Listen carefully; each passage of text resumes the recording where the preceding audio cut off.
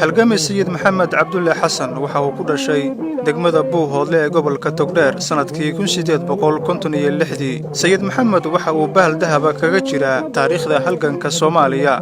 waxaa lagu xasuustaa halgankii daraawiishta iyo guulihii waaweynaa